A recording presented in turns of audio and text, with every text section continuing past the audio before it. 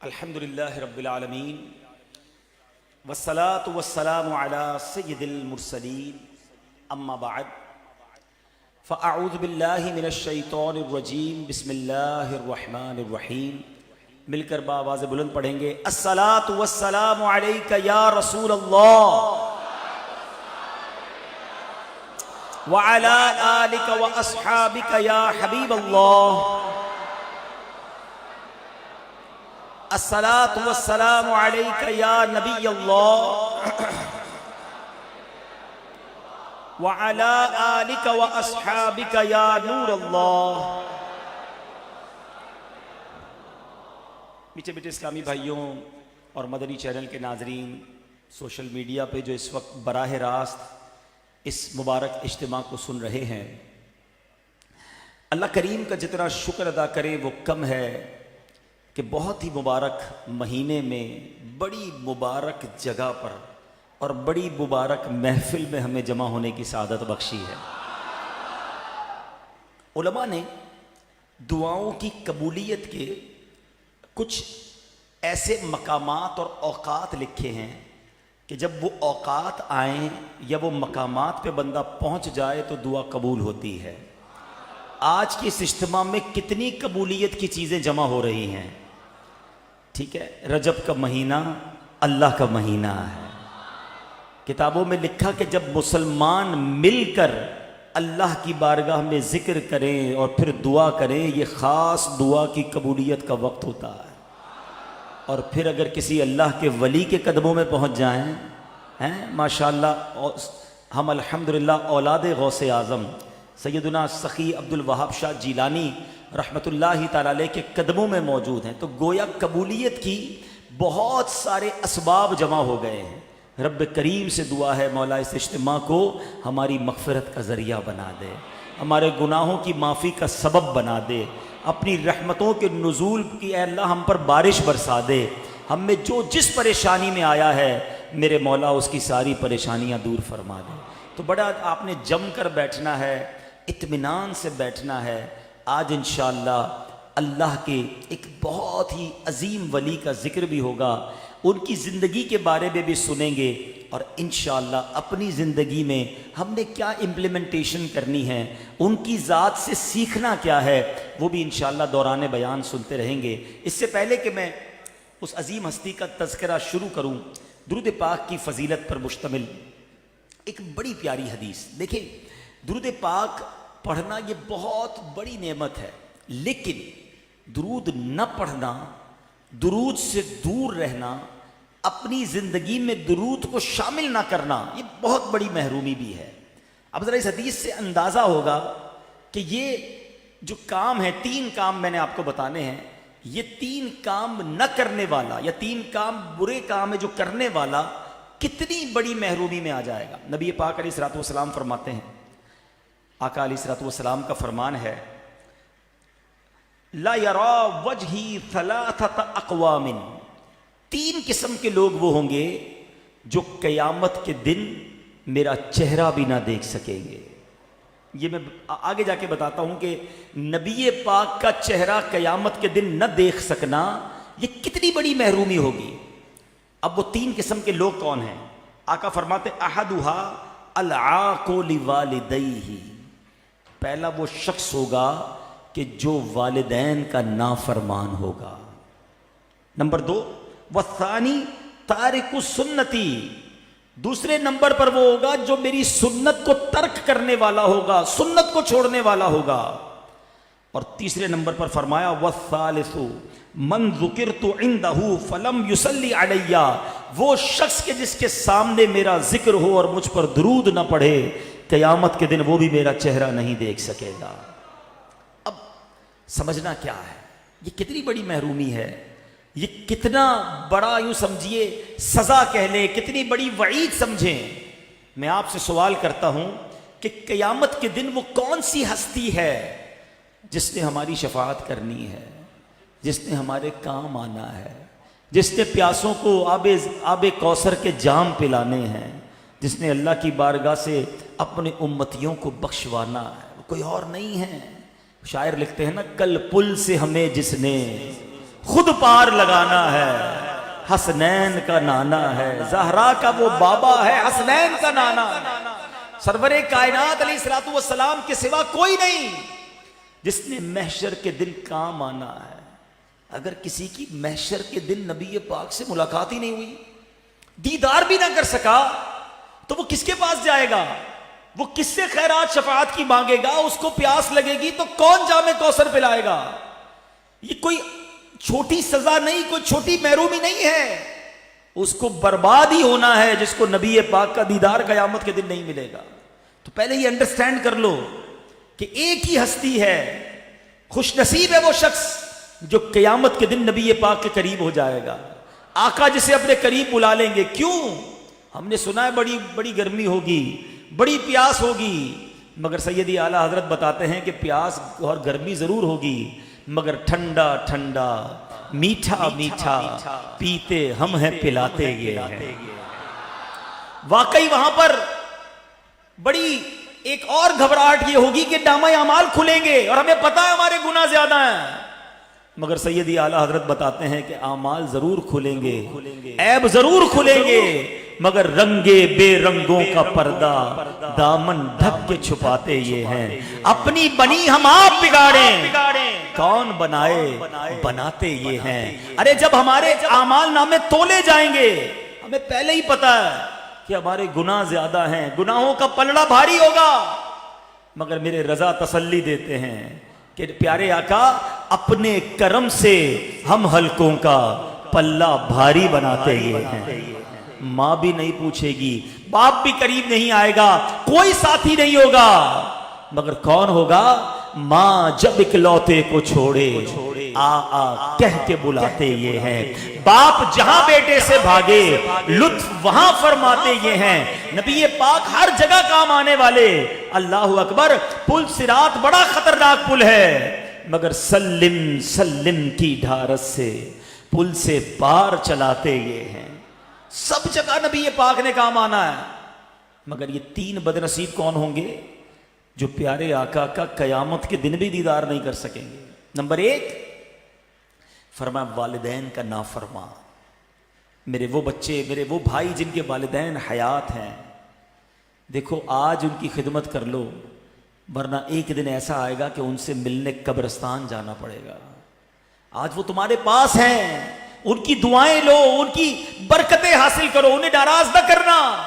یاد رکھنا، جس کے ماں باپ ناراض اس سے اس کا رب بھی ناراض، جس سے ماں باپ راضی اس سے اس کا رب بھی راضی۔ اب غور کریں، ہم ماں باپ کو ناراض کر رہے ہیں یا راضی کر رہے ہیں؟ کیونکہ ماں باپ کا نافرمان قیامت کے دن نبی پاک فرماتے میرا چہرہ نہیں دیکھ سکے گا۔ راضی کر لو اپنے ماں باپ کو۔ دوستوں کے لیے ٹائم ہے، بہت سارے لوگوں کے لیے ٹائم ہے، تمہارے پاس ماں باپ کے لیے ٹائم نہیں۔ اپنے ماں باپ کو نہ ستاؤ، اپنے ماں باپ سے اونچی آواز میں بات نہ کرو۔ دوسرے نمبر پر نبی پاک فرماتے ہیں میری سنت کو چھوڑنے والا، ترک کرنے والا۔ آج ہم چیک کریں، جتنے بھائی یہاں بیٹھے ہیں، ہم کتنی سنتوں پر عمل کرتے ہیں؟ ہمارا صبح سے لے کر شام تک کتنی ایسی سنتیں ہیں جو ہمیں پتہ بھی ہوتی ہیں، پھر بھی عمل نہیں کرتے۔ غور کیجئے، سنت سے دوری نبی پاک سے دوری ہے، بالکل اس کی اپوزٹ ایک حدیث پاک ہے۔ سبحان اللہ۔ اے دعوت اسلامی والوں، اے وہ اسلامی بھائیوں جو سنتوں پر عمل کرتے ہو، سنو تمہیں مبارک ہو۔ نبی پاک فرماتے جس کا مضمون ہے جس نے میری سنت سے محبت کی اس نے مجھ سے محبت کی، اور جس نے مجھ سے محبت کی وہ میرے ساتھ جنت میں جائے گا۔ ایک طرف جنت میں ساتھ لے جانے کا وعدہ ہے، کس کا؟ کہ جو سنت پر عمل کرنے والا ہے، اور دوسری طرف جو سنت کو چھوڑنے والا ہے، فرمایا میرا منہ بھی نہیں دیکھ سکے گا، چہرہ بھی نہیں دیکھ سکے گا۔ اب آپ کی مرضی ہے کیسی زندگی گزارنی ہے۔ نہیں جناب، میرا ہیئر اسٹائل فلاں اداکار جیسا ہونا چاہیے، میرا لباس فلاں گلوکار جیسا ہونا چاہیے، میری گفتگو کا انداز فلاں بندے جیسا ہونا چاہیے، میں فلاں جیسا دکھنا چاہوں۔ ارے تم دنیا والوں کے پیچھے بھاگ رہے ہو اور نبی پاک کی سنتوں کو چھوڑ رہے ہو۔ ایسا نہ ہو کہ قیامت کے دن محروم رہ جاؤ۔ نبی پاک کی سنتوں پر زندگی گزار لو، آقا اپنے ساتھ جنت میں لے جائیں گے۔ اور اب تیسرا شخص، نبی پاک نے فرمایا کہ جو میرا ذکر سنے، میرا نام سنے اور مجھ پر درود نہ پڑھے، قیامت کے دن میرا چہرہ نہیں دیکھ سکے گا. بتائیے کتنے درود پڑھتے ہو؟ چیک کر لو نا. آج صبح سے لے کے رات ہو گئی, باقی چھوڑ دیتے ہیں. آج کے دن کو اینالائز کیجئے, from the morning till evening, پورا دن گزر گیا ہے. آج کتنے درود پڑھے ہیں؟ اگر نبی پاک پر درود پڑھنے کے لیے ٹائم نہیں ہے تو زندگی بیکار ہے نا. تو خدا را جب جب نام مصطفیٰ صلی اللہ تعالیٰ علیہ وسلم سنیں درود پڑھیں. اب علماء نے بڑی پیاری بات کہی, مجھ سے پہلے نعتخوانی ہو رہی تھی یہاں پر, میرے بعد بھی امید ہے سلسلہ رہے گا. تو ہم اس طرح کی جب محفلوں میں جاتے ہیں نا تو بار بار نبی پاک صلی اللہ تعالیٰ علیہ وسلم کا نام لیا جاتا ہے. ہو سکتا ہے بعض اوقات نام سنا, درود پڑھ لیا, بعض اوقات نہ پڑھا, ٹھیک ہے نا. تو علماء کہتے ہیں بندہ روزانہ ایک مخصوص تعداد میں درود پڑھ لیا کرے. اس کا فائدہ یہ ہوگا کہ اگر دن بھر میں نبی پاک کا نام کہیں سن لیا ہوگا اور درود نہیں پڑھ سکا تو یہ بعد میں پڑھنا اس کے قائم مقام ہو جائے گا, آلٹرنیٹ ہو جائے گا. تو نیت کریں انشاءاللہ روزانہ کثرت کے ساتھ درود پاک پڑھیں گے. آئیے مل کر ایک بار پھر محبت کے ساتھ درود پاک پڑھ لیں. صلو علی الحبیب صلی اللہ علیہ وسلم. آج ایک بڑی عظیم ہستی کا ذکر سننا ہے. ایک نوجوان, عمر ہے اس کی 15 سال. 15 سال کا بچہ ہی ہوتا ہے یا بہت ینگ ایج ہوتی ہے. آپ ذرا امیجن کریں, تصور کریں کہ ایک 15 سال کا بچہ ہے اور اس کے والد کا انتقال ہو گیا. والد کے دنیا سے جانے کے بعد وراثت میں ایک باغ ملا, ایک پن چکی ملی. ایک اچھا خاصا باغ تھا, اس باغ کے اندر پن چکی بھی تھی, اور اسی کے اندر اس بچے نے اب والد کے جانے کے بعد اس باغ کی نگہبانی شروع کی, ذریعہ معاش بنا لیا اور اس باغ سے کمائی کا ذریعہ کرنے لگا. درختوں کو پانی دیتا, پھل اگتے تھے, پھل سیل بیچ دیتے تھے, اس سے پیسے آ جاتے تھے. اتنے میں وہ نوجوان پانی دے رہا تھا کہ ایک باریش سفید داڑھی والے ایک بزرگ اس باغ میں آ گئے. نہ نوجوان ان کو جانتا ہے, نہ بزرگ بظاہر اس نوجوان کے نام کو جانتے ہیں. یہ نوجوان آگے بڑھا, دیکھا کہ ایک بزرگ آ گئے ہمارے باغ میں, ماشاءاللہ سفید داڑھی والے ہیں, میرے والد کی جگہ پر. بڑی محبت, بڑے احترام سے بٹھایا کہ حضور تشریف رکھے, اور ان کی دست بوسی کی, اور بڑے ادب سے درخت سے ایک تازہ انگوروں کا خوشہ جو ہے وہ نکالا اور ان بزرگ کو پیش کیا کہ حضور یہ تناول کیجیے. کوئی اور کام نہیں کیا, ادب, پیار, عزت دی. وہ جو بزرگ آئے تھے نا باغ میں, وہ اللہ کے بہت بڑے ولی تھے, ان کا بڑا مقام تھا. جب انہوں نے یہ 15 سال کے نوجوان کا یہ ادب, یہ احترام, یہ رسپیکٹ دیکھی تو ان بزرگ نے اب بہت خوش ہوئے. تو اپنی جھولی سے ایک چھوٹا سا کھلی کا, ایک چھوٹا سا ملے اناج کا ٹکڑا نکالا, کہا نوجوان یہ کھا لو. نوجوان نے بڑی محبت سے لیا, تبرک سمجھا اور اسے کھا لیا. اور جیسے ہی اس نے کھایا, اب اس نوجوان کی دل کی کیفیت ہی بدل گئی, بالکل ٹوٹلی چینج ہو گیا. اب اس نوجوان کا دنیا سے دل اچاٹ ہو گیا. سارا باغ, پن چکی, سب کچھ بیچا, سارا مال اللہ کی راہ میں خرچ کر دیا, اور جناب فقراء مساکین میں خرچ کیا, اور علم دین سیکھنے کے لیے وہ نوجوان راہ خدا کا مسافر بن گیا. اے میرے بیچے اسلامی بھائیوں, اس نوجوان کا بعد میں بنا کیا؟ وہ نوجوان اب کیا بن کر سامنے آیا؟ اس باغ میں آنے والی جو شخصیت تھی وہ کوئی اور نہیں, حضرت ابراہیم کندوزی رحمت اللہ تعالی علیہ تھے. زمانے کے ولی تھے, اور ایک 15 سال کے نوجوان کا ادب دیکھ کر, احترام دیکھ کر, اخلاق دیکھ کر ان بزرگ نے اپنے ہاتھ سے وہ تبرک کھلایا کہ وہ نوجوان اب اولیاء کرام کا سردار بن گیا. وہ 15 سال کا نوجوان کوئی اور نہیں, سبحان اللہ, بعد میں دنیا نے اسے خواجہ معین الدین چشتی اجمیری کے نام سے پہچانا. یہ کوئی اور نہیں, یہ خواجہ خواجگان, خواجہ اجمیر سلطان الہند بنے, اور پھر زمانہ ان کے گن گانے لگا. اے میرے بیچے اسلامی بھائیوں, یہ خواجہ غریب نواز کی زندگی کا وہ ٹرننگ پوائنٹ تھا کہ 15 سال کی عمر تک تو وہ اپنے باغ کی رکھوالی کرتے تھے, مگر کیا ایسا کام کیا, ایسا کون سا عمل کیا کہ اللہ نے دل کی دنیا بدل دی, اور پھر دنیا نے دیکھا کہ ایک خواجہ نے 90 لاکھ غیر مسلموں کو ہندوستان آ کر مسلمان کیا. ہم ایسا ہی نہیں کہتے میرا خواجہ عطائے رسول ہے, وہ بہار چشت کا پھول ہے، وہ بہار گلشن فاطمہ، چمن علی کا نہال ہے۔ اللہ اکبر۔ خواجہ خواجگان کو اللہ نے پھر مرتبہ کیسا دیا؟ یقیناً آپ نے بہت سارے ملکوں کا سفر کیا، 10 سے زائد ملکوں میں گئے، علم دین حاصل کیا، علماء کی صحبت اٹھائی، اور پھر مرشد کامل کی تلاش میں نکلتے ہیں، اور سیدنا عثمان ہرونی رحمت اللہ تعالی علیہ کو تلاش کر کے آپ کے قدموں سے وابستہ ہو کر ایسے مرید کامل بنتے ہیں کہ پیر و مرشد پر آپ کو جب بارگاہ رسالت میں لے کر جاتے ہیں اور فرماتے بیٹا نبی پاک کو سلام کرو، اور پیر و مرشد کے ساتھ جب خواجہ غریب نواز سرکار کی بارگاہ میں عرض کرتے ہیں الصلاۃ والسلام علیک یا رسول اللہ، تو سامنے سے جواب آتا ہے وعلیکم السلام یا سلطان الہند۔ خواجہ غریب نواز کو ہند کی سلطانی، ہند کی ولایت خود نبی پاک نے عطا فرمائی۔ نبی پاک نے معین الدین کو ایسا نوازا کہ پھر دنیا نے دیکھا۔ مگر میرے میٹھے اسلامی بھائیوں، تھوڑا سا خواجہ کی زندگی کو مزید بیان کرنے سے پہلے یہاں بڑی تعداد میں ینگسٹر بیٹھے ہیں، بڑی تعداد میں نوجوان بیٹھے ہیں، میں چاہتا ہوں سیرت خواجہ بھی سنتے رہیں، اپنے آپ کو بھی چیک کرتے رہیں۔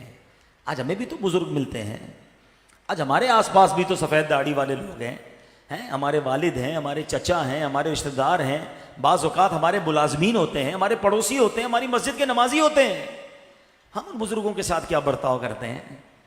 چلو کوئی رشتہ دار ہے تو ادب کر لیں گے، ورنہ کوئی غریب اگر ہماری عمر میں بڑا ہے تو اس سے تو کوئی بات کرنے کے لیے تیار نہیں ہوتا۔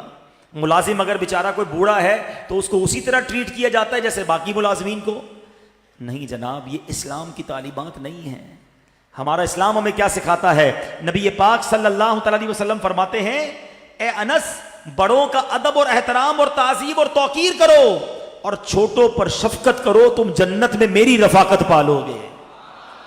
یہ بڑوں اور بچوں دونوں کے لیے ہے۔ چھوٹے بڑوں پر شفقت کریں، پیار کریں، احترام کریں، عزت دیں انہیں، اور بڑے بچوں پر شفقت کریں۔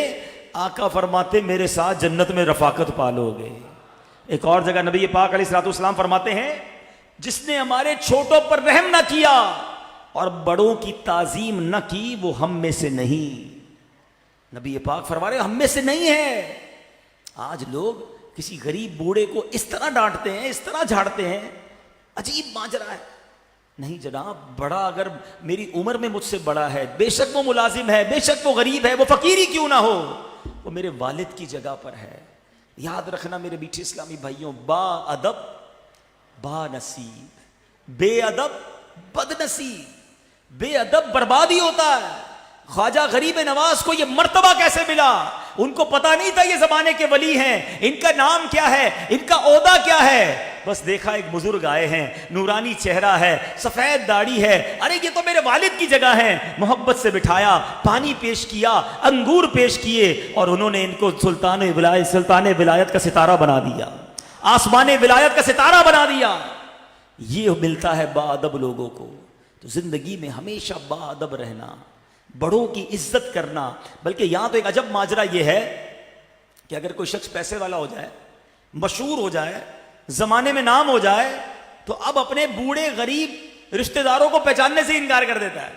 میں کیسے بتاؤں گا میرا چاچا ہے، یہ اتنا غریب، ایسے میلے کپڑے، میں کیسے بتاؤں کہ میرا ماموں دیہاتی ہے، میں کیسے بتاؤں کہ میرا جو ہے فلاں کزن جو ہے وہ ٹھیلا لگاتا ہے۔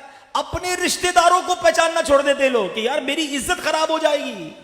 ایک بات یاد رکھنا میرے میٹھے اسلامی بھائیوں، خاص طور پہ جو یہ سوشل میڈیا کا زمانہ آیا ہے، لوگ کہتے ہیں میرے 5000 فرینڈز ہیں، میں کئی گروپوں کا ایڈمن ہوں، میرے اتنے لائکس ہیں۔ میں آپ سے پوچھتا ہوں، تم ان گروپوں کے چکر میں، ان لائکس اور ان پیجز کے چکر میں اپنے قریب کے رشتہ داروں اور اپنے بھائی بہنوں کو بھولے بیٹھے ہو۔ یاد رکھنا جس دن بیمار ہوئے، جس دن زمانے نے چوٹ ماری، تمہارے بستر کے کنارے پر وہی تمہارے بھائی بہن اور رشتہ دار کھڑے ہوں گے۔ وہ 5000 واٹس ایپ اور فیس بک کے فرینڈز نہیں آئیں گے، اپنے اپنے ہی ہوتے ہیں۔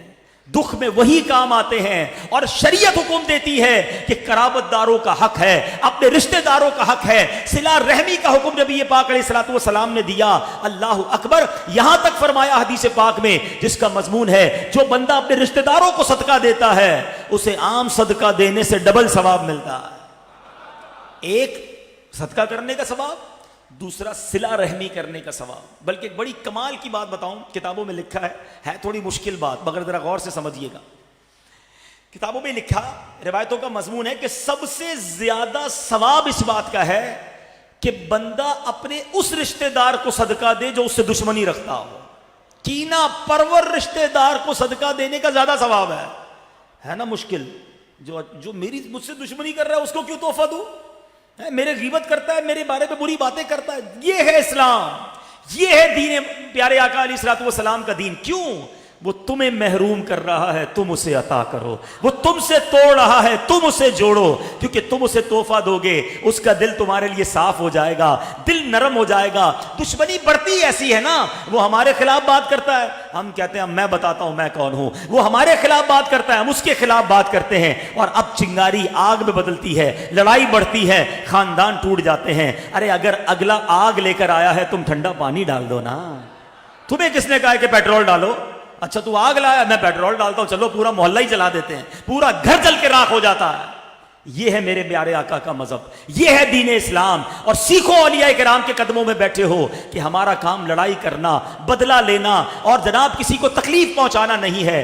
ادب, پیار اور شفقت کے ساتھ زندگی گزارنی ہے. سبحان اللہ. تو بہرحال خواجہ خواجگان خواجہ غریب نواز کے بچپن کا واقعہ مجھے اور آپ کو یہ درس دے رہا ہے. پھر میرا جواب اسی طرح بآواز بلند دینا ہے کہ بادب با نصیب اور بے ادب بد نصیب. بے ادب مت بننا. ادب جو ہے وہ بہت آگے تک لے جاتا ہے, اور بے ادبی ساری زندگی کے اعمال برباد کر دیتی ہے. نہ جانے کس کی بارگاہ میں بے ادبی ہو جائے. اللہ نے اپنے اولیاء کو بندوں میں چھپا کے رکھا ہے. ہاں صحابہ کرام کی تو لسٹ ہے نا, انبیاء کی بھی لسٹ ہے, اولیاء کی لسٹ ہے نہیں. ہو سکتا ہے اس مجمع میں کئی اولیاء کرام بیٹھے ہو, ایسی روایتیں بھی موجود ہیں کہ جہاں 40 مسلمان جمع ہو جائیں وہ اللہ کا ایک ولی ہوتا ہے. اللہ نے اپنے بندوں میں اولیاء کو چھپا کے رکھا ہے تاکہ تم سب سے ادب سے پیش آنا, سب کا ادب کرنا. کیا معلوم جو تمہارا ملازم ہے جس کو روز گالیاں نکالتے ہو اللہ کی بارگاہ میں ولی کا مرتبہ رکھتا ہو, کدھر جاؤ گے؟ اور ایک بات اور یاد رکھنا, علماء بیٹھے ہیں, میں نے کئی کتابوں میں ڈھونڈنے کی کوشش کی, مجھے 2 چیزیں کے علاوہ کہیں یہ تیسرا لفظ نہیں ملا کہ جہاں براہ راست رب نے فرمایا ہو کہ اللہ اس سے جنگ فرماتا ہے, اس کی اللہ سے لڑائی ہے. صرف 2 ایسے برے کام ہیں جس میں رب نے فرمایا, ایک سود کھانے والا, سود کا کام کرنے والے کے بارے میں فرمایا وہ ایسا ہے کہ وہ اللہ سے جنگ کرتا ہے. اور دوسری روایت یہ ملتی ہے کہ جس نے کسی اللہ کے ولی سے دشمنی کی وہ ایسا ہے کہ وہ اللہ سے لڑائی کرتا ہے, اللہ سے جنگ کرتا ہے. بتاؤ جو رب سے جنگ کرے گا وہ جیت سکے گا؟ بربادی ہوگا نا. تو اب جب یہ طے ہے کہ جس نے اللہ کے ولی کا دل دکھایا وہ اللہ سے جنگ کر رہا ہے, ہمیں تو پتہ ہی نہیں اللہ کا ولی کون ہے. یہ رکشے والا, یہ ٹیکسی والا, یہ ٹھیلے والا, ہو سکتا ہے یہ اللہ کی بارگاہ میں بڑا مرتبہ رکھتا ہو. سب سے لڑتے ہو, سب کو گالیاں نکالتے ہیں, سب کو کہتے تو ایسا تو ویسا, غریب آدمی کچھ کہہ نہیں سکتا. نہیں میرے میٹھے اسلامی بھائی, باادب رہو, شائستہ رہو, پیار سے بات کرنا سیکھو. کیا معلوم اس کا مرتبہ کیا ہے جس کو میں آج ڈانٹ کے جا رہا ہوں. اگر آنسو نکل آئے اور دل سے ہائے نکل گئی نا تو کہیں کے نہیں رہو گے. ایک بات کر کے پھر آگے چلتا ہوں. کبھی کبھی پتہ کیا ہوتا ہے, زندگی میں سب کچھ بہت اچھا جا رہا ہوتا ہے, کاروبار بھی بہت اچھا, فیملی بھی خوشحال, بندے کی طبیعت بھی اچھی, عزت بھی بڑھ رہی ہوتی ہے, very well set, everything going very smoothly, beautiful. اور پھر اچانک طبیعت خراب ہونے لگتی ہے, گھر میں لڑائی جھگڑے, کاروبار ڈاؤن, طبیعت میں گھبراہٹ, لڑائی جھگڑے, ٹینشن. بندہ کہتا ہے یہ ہو کیا رہا ہے, ایک ایک کر کے ساری چیزیں خراب کیوں ہو رہی ہیں. اگر کبھی زندگی میں ایسا ہونے لگے نا تو چیک کرنا کسی کی ہائے تو نہیں لے لی, کسی کا دل تو نہیں توڑ دیا, کسی پر ظلم تو نہیں کر دیا. کیونکہ یاد رکھنا اگر مظلوم کی ہائے نکلے گی نا تو وہ عرش تک جائے گی, اور اللہ جب بدلہ لے گا, اللہ جب قہر نازل فرمائے گا تو رہتی دنیا میں تمہارا نام بھی باقی نہیں بچے گا. خدا را لوگوں کا دل جیتنے والے بنو, ادب کرنے والے بنو, پیار سے بات کریں. اللہ کرے کہ فیضان خواجہ نصیب ہو جائے. آگے چلتے ہیں. خواجہ غریب نواز کی تو کیا شان ہے. اورنگزیب عالمگیر بادشاہ گزرا ہے.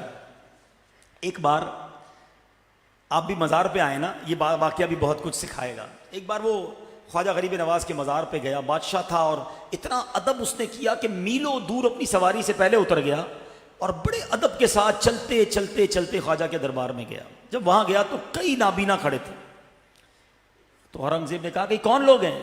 کہ حضور نابینا ہیں اور خواجہ کے دربار میں آئے ہیں دعا کرنے کے لیے اللہ کی بارگاہ میں کہ اللہ آنکھیں دے دے۔ کتنے ٹائم ہو گیا؟ کسی نے کہا صاحب 2 سال ہو گئے، بادشاہ سلامت 3 سال ہو گئے، کسی نے کہا 5 سال سے یہی دربار میں پڑا ہوں۔ اورنگزیب بادشاہ تھا، کہتا میں اندر جا رہا ہوں حاضری دینے، واپس آؤں گا، جس کی آنکھیں واپس نہیں آئیں اس کا سر قلم کر دیا جائے گا۔ بادشاہ تھا، بادشاہ تو آرڈر دے کر اندر چلا گیا، باہر تو چیخو پکار مچ گئی نا، سارے نابینا رونے لگے، گڑگڑانے لگے، یا اللہ آنکھیں دے دے ورنہ اس بادشاہ نے تو مار ہی دینا ہے، پہلے تو آنکھیں نہیں تھی اب زندگی جانی ہے۔ بادشاہ نے بڑے ادب کے ساتھ خواجہ خواجگان کے دربار میں حاضری دی، واپس آیا تو دوسری طرح کا شور مچا ہوا ہے، مبارکباد کا شور ہے، بادشاہ سلامت کی خیر ہو۔ کہا کیا ہوا؟ کہا بادشاہ سلامت آج آپ کے قدم لگے، ہم سب کو اللہ نے آنکھیں دے دی ہیں۔ اورنگزیب عالمگیر نے کمال کی بات کہی، کہتا ہے یہ میرا کمال نہیں ہے، تمہاری دعاؤں کی اصل حقیقت اور دل کے ساتھ جو تم نے دعا مانگی یہ اس کا کمال ہے، یہ دل کے ساتھ جو تم نے پکارا ہے یہ اس کا کمال ہے۔ مسئلہ یہ ہے تم اتنے سالوں سے یہاں پڑے تھے مگر اللہ کو دل سے نہیں پکار رہے تھے، تمہارا خشوع و خضوع اس لیول کا نہیں تھا، تمہیں پتا تھا آنکھ نہیں بھی ملے گی تو کھانا مل جائے گا، کئی دنوں سے یہاں بھکاری بن کر رہ رہے تھے، میں نے اسی لیے آرڈر جاری کیا کہ اب اپنے رب کو دل سے پکارو، تم نے پکارا تو اللہ نے خواجہ کے صدقے تمہیں آنکھیں عطا کر دی۔ یہ ہمارے لیے بھی سیکھنے والی بات ہے۔ مزار پہ جاتے ہیں، کہتے ہیں میں اتنے مزارات پہ گیا مسئلہ تو حل نہیں ہوا، میں مکے میں گیا وہاں جا کے دعا کی پھر بھی مسئلہ حل نہیں ہوا، میں فلاں پیر صاحب سے بھی دعا کروا کے آیا مسئلہ حل نہیں ہوا۔ میں آپ سے پوچھتا ہوں دعا کرتے وقت دل کدھر ہوتا ہے؟ کیفیت کیا ہوتی ہے؟ ہم تو تعویذ بھی لے رہے ہوتے، کہتے ہیں پتہ نہیں مسئلہ حل ہوگا نہیں ہوگا، چلو پہن لیتے ہیں، چلو بس ایک تسبیح پڑھ لیتا ہوں درود پاک کی، پتہ نہیں مسئلہ حل ہوگا کہ نہیں ہوگا۔ بڑی پیاری بات علماء کہتے ہیں، فرماتے دعا کرتے وقت جس کے دل میں یہ خیال ہے نا کہ پتہ نہیں دعا قبول ہوگی کہ نہیں ہوگی، فرمایا اس کی دعا قبول نہیں ہوگی، دعا اسی کی قبول ہوگی، وظیفہ اسی کا انشاءاللہ کارآمد ہوگا، برکت اسی کو ملے گی جو کامل یقین کے ساتھ آئے کہ میں آیا ہوں اور رب کی بارگاہ سے لے کر ہی جاؤں گا، کریم کے در پر آیا ہوں خالی ہاتھ کیسے جاؤں گا، ارے سخی کے در پر آیا ہوں، اللہ سخی کے صدقے میری جھولی بھرے گا، جو یقین سے آتا ہے وہ آج بھی لے کر جاتا ہے۔ یہ بے یقینی ہے جو نہ تعویذ کام آتا ہے، نہ دعا کام آتی ہے، نہ وظیفہ کام آتا ہے۔ غور کیجئے ہم کدھر جا رہے ہیں۔ میں آپ کو ایک واقعہ سناؤں۔ ایک بار ایک گاؤں میں بارش نہیں ہو رہی تھی، سارے گاؤں والوں نے مل کر ڈیسائیڈ کیا کہ ایسا کرتے ہیں کسی میدان میں جمع ہوتے ہیں اور وہاں جا کر دعا کرتے ہیں، نماز استسقا جیسے ہوتی ہے۔ تو سارے گاؤں والے جمع ہو گئے اور جب سب گاؤں والوں کو جمع کیا تو ایک نوجوان آیا، اس کے ہاتھ میں چھتری تھی، تو لوگوں نے کہا یار کمال کے آدمی ہو، کتنے سال ہو گئے ایک قطرہ بارش کا نہیں برسا ہے، تم چھتری لے کر آئے ہو۔ نوجوان نے کمال کا جواب دیا، کہتا ہے کہ جب اللہ سے مانگنے آئے ہیں تو بارش تو ہونی ہے، کریم کے در پر آئے ہیں تو اس نے تو دینی ہے، تم واپس کیسے جاؤ گے بھیگتے ہوئے؟ اور ویسا ہی ہوا۔ علماء لکھتے ہیں اللہ نے اس نوجوان کی یقین کی برکت سے ابھی دعا جاری تھی اور چھما چھم بارش شروع ہو گئی، سارا گاؤں بھیگتا گیا، نوجوان اپنی چھتری کے سائے میں گھر کو جا رہا ہے۔ یہ یقین ریکوائرڈ ہے، وہ کامل بھروسہ چاہیے۔ وہ شاعر کہتے ہیں نا، شاعر مشرق، جو آج بھی ہو ابراہیم سا ایمان پیدا، اگر آج بھی ہو ابراہیم سا ایمان پیدا، آگ کر سکتی ہے انداز گلستان پیدا۔ ارے حضرت ابراہیم جیسا ایمان پیدا کر لو، آج بھی نمرود کی آگ جیسے گلزار بنی تھی، دنیا کی آگ تم پر گلزار بن جائے گی۔ پرابلم یہی ہے، سب پر بھروسہ ہے، رب پر بھروسہ نہیں ہے، ساری دنیا پر بھروسہ ہے۔ ارے میرے بڑے تعلق ہیں فلاں منسٹر سے، فلاں ایم این اے سے، فلاں چودھری صاحب سے، فلاں وڈیرے سے، میرے بڑے تعلق ہیں، مسئلہ حل ہو جائے گا۔ تمہیں سب پر بھروسہ ہے، رب پر بھروسہ نہیں۔ سب کے پاس جاتے ہو مصیبت میں، اپنے رب کے پاس نہیں جاتے، اس کی بارگاہ میں سر نہیں جھکاتے، اس کی بارگاہ میں ہاتھ نہیں اٹھاتے۔ خدا را سیکھو، یقین ہوگا نا آپ کو ضرور ملے گا، اور انشاءاللہ ایسا ملے گا کہ گمان میں بھی نہیں ہوگا۔ سبحان اللہ۔ چلے واقعات بھی سنتے جا رہے ہیں اور سیکھتے بھی جا رہے ہیں۔ خواجہ خواجگاں خواجہ غریب نواز کی بہت ساری کرامتیں ہیں، سبحان اللہ، ایسی ایسی کرامتیں ہیں، اللہ نے کیا مرتبہ دیا. جب آپ ہندوستان گئے نا تو سارا ہندوستان ہی خلاف ہو گیا. چلے میں ایک اور روایت سنا دوں، انشاءاللہ بہت سارے لوگوں کو ایک بڑا مسکنسیپشن، ایک بڑی چیز کلیئر ہو جائے گی. آج لوگ کہتے ہیں یار گھر والوں کو بھی تو راضی کرنا ہے، دوستوں کو بھی تو راضی کرنا ہے، ہمارے گاہک ہیں، ہمارے کسٹمر ہیں، ان کو بھی راضی کرنا ہے، بچوں کو بھی راضی کرنا ہے.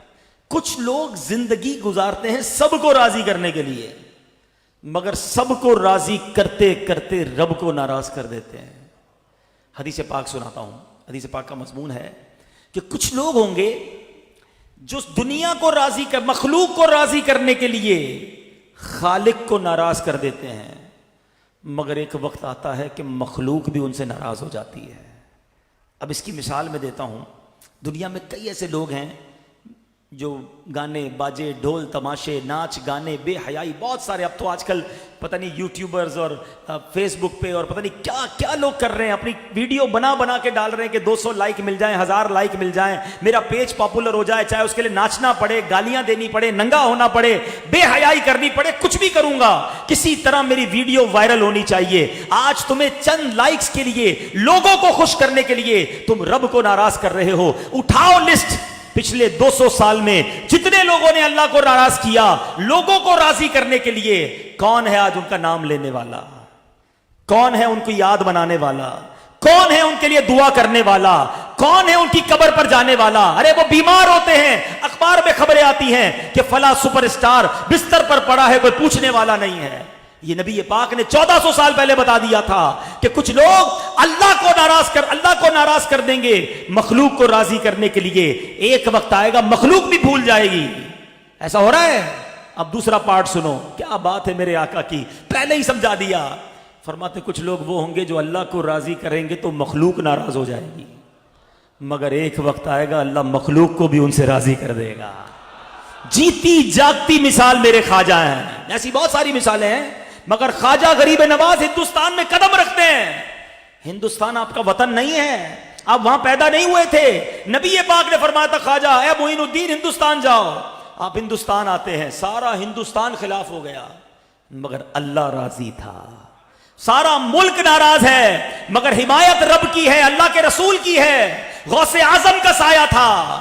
میرے خواجہ چلتے رہے، کبھی آپ کو بیٹھنے نہ دیا گیا، کبھی کھانا بند، کبھی پانی بند، کبھی جناب قید و بند میں ڈالنے کی کوششیں کی گئیں.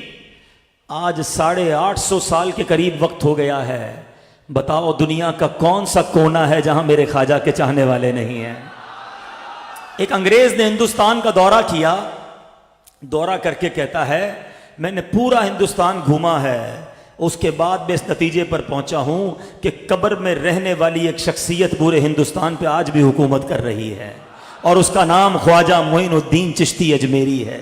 یہ اللہ نے سلطانی دی ہے، یہ اللہ نے ولایت دی ہے، یہ اللہ نے مرتبہ دیا ہے. ٹھیک ہے فار دا ٹائم بینگ اس وقت سارا ہندوستان مخالف تھا، مگر آج اللہ نے اربوں مسلمانوں کے، کروڑوں مسلمانوں کے دلوں میں میرے خواجہ کی محبت ڈال دی ہے. ہم پاکستان میں رہتے ہیں، بہت سارے جو خواجہ غریب نواز کے دربار میں نہیں گئے، مگر کون سا عاشق اولیاء ہے جو خواجہ خواجگان سے محبت نہ کرتا ہو؟ دیکھو نا آج حیدرآباد میں بیٹھے سخی عبد الوہاب شاہ کے قدموں میں ہیں اور عرس خواجہ غریب نواز منا رہے ہیں. تو اب زندگی کس کو راضی کرنے کے لیے گزارنی ہے؟ اللہ کو. دنیا کو راضی کرنے کے چکر میں بے وقوف ہے وہ آدمی جو دنیا کو راضی کرنے کے لیے اللہ کو ناراض کر دیتا ہے. لوگ کہتے ہیں کیا کریں، بچوں کے لیے کرنا پڑتا ہے، کاروبار کے لیے کرنا پڑتا ہے، دوست لے جاتے ہیں مجھے شراب پینے، دوست لے جاتے ہیں سنیما، منع نہیں کر سکتا جناب، بچپن کی یاری ہے، اب لے گیا مجھے فنکشن کے اندر تو جانا پڑا، تھوڑا سا مجھے بھی نشہ کرنا پڑا. میں تاش کھیلتا نہیں ہوں، دوست کھیلتے ہیں ساتھ بیٹھ جاتا ہوں، تھوڑا بہت جوا ہو جاتا ہے. تو دوست کو راضی کرنے کے لیے رب کو ناراض کر رہے ہو. جانا کس کی بارگاہ میں، جواب کس کی بارگاہ میں دینا ہے؟ اگر آقا ناراض ہو گئے، اللہ ناراض ہو گیا، جنت میں کیسے جاؤ گے؟ یہ دوست لے کے جائے گا؟